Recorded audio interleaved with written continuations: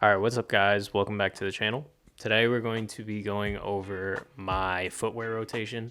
So basically everything I'm going to be wearing for this upcoming spring summer season. To be honest, there's a lot of repetitive stuff that I've shown in the past before. However, I feel like there's a much needed update. A lot of the shoes I have changed over time, and I figured I'd show you guys. So as far as what I'm going to be showing you guys, I'm going to be showing you guys sneakers, boots, and derbies. That's about all I wear. I could make the argument for a sandal category, but I don't really wear sandals that often. But yeah, the brands range from CCP and Mila Meester, Solomon, Margiela. We got some Asics in there, I believe. But yeah, it's a nice variety, and I'll basically show you guys how I style it. So to start, I wanted to go over some of my sneakers. I don't have a lot. I have about 2 pairs right now. I used to have more, but over time I've sold and kind of went through a bunch of sneakers. I only have 2 pairs right now. So the first pair of sneakers is a pair of Margiela Tabby sneakers. These have been in my wardrobe for about 2 years, I'd say now. I feel like Tabbies have recently hit a level of popularity that could be considered mainstream. So as you can see, there's a split toe. I know the older models of the Tabby sneakers don't have these ridges that you see right here. One thing I'd recommend if you're buying these is to size down from your true size, because the added split toe kind of makes the shoe bigger. But I got it in all black with cream laces, and yeah, there's not much else to say. It's very reminiscent of just like canvas sneaker, like think your Converse, some Vans. Very flat shoe. So the next pair of sneakers is one that I've actually made a video on, and this is the 11 by BBS Speedcross. This is actually a newer model of the Speedcross. Boris has done his work on a previous model of the Speedcross, that being the Speedcross 4. Honestly, I think the Speedcross 5 is a little bit better of a silhouette, and I think it's more comfortable. I've had both. As you can see, there's a lot of object dyed details. I wear this primarily with more techie looking outfits. You'll see types of pants I wear it with. I'll wear it with mainly my gas mask cargos. I just think that they pair super well together. And yeah, this is definitely more so a sportier shoe, hence why I don't get too much wear out of it, except for when I'm wearing my gas mask cargos, because I feel like the gas mask cargos in general are the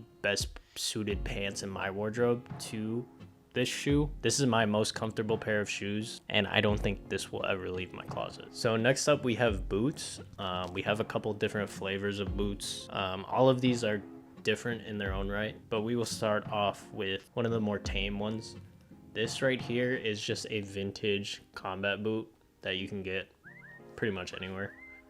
This one was originally bought off of eBay, and then I had it resold to get that chunkier sole. It's not as chunky as I'd like, but I make do with it. So it comes in this black kind of beat up leather.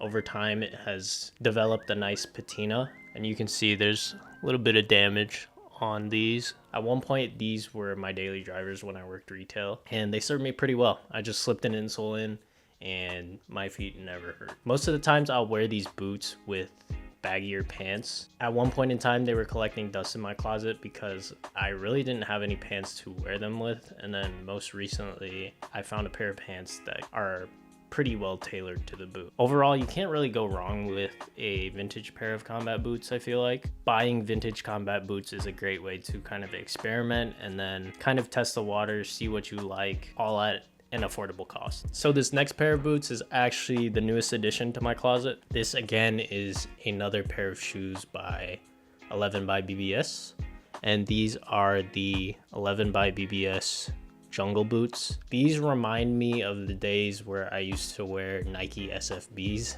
So those are more so like a tactical field boot. That's what basically drew me to these. I know Boris Bajansaberry and Solomon have created a lower boot, like a lower profile hiking boot, but this one is a little bit different. I don't see these as often as the other pair. These come in all black, and it's just a great silhouette. I know in the past I used to look up to Shia LaBeouf, and he used to wear these types of tactical boots, and I just think it looked awesome. Typically I'd wear these with skinnier pants. I think it looks great when you tuck your pants into the actual boot, and then you get that stacking effect. I think it looks pretty good. But additionally, you could wear these with baggier pants, obviously. These are just a solid pair of boots. It's made up of a bunch of different materials. It's made up of suedes, nylons, you name it. There's a rubber toe cap. But yeah, I'm just a huge fan of the silhouette of the shoe, as in the past, I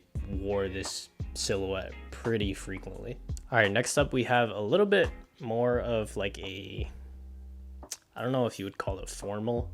Let's just call it formal boot. This is a pair of Ann Demeulemeester backlace boots. I don't think these are the Vitello model because the bottom actually comes with a lug sole, and these came with a lug sole. They weren't put on. I believe the name is a little different, but anyways, these have been in my collection for a long time.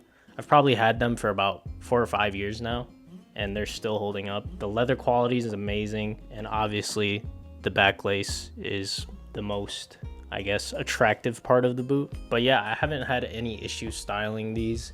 You can wear these with baggy pants, skinny pants. Me particularly, I think they look better with skinny pants. Kind of like the jungle boot I just showed.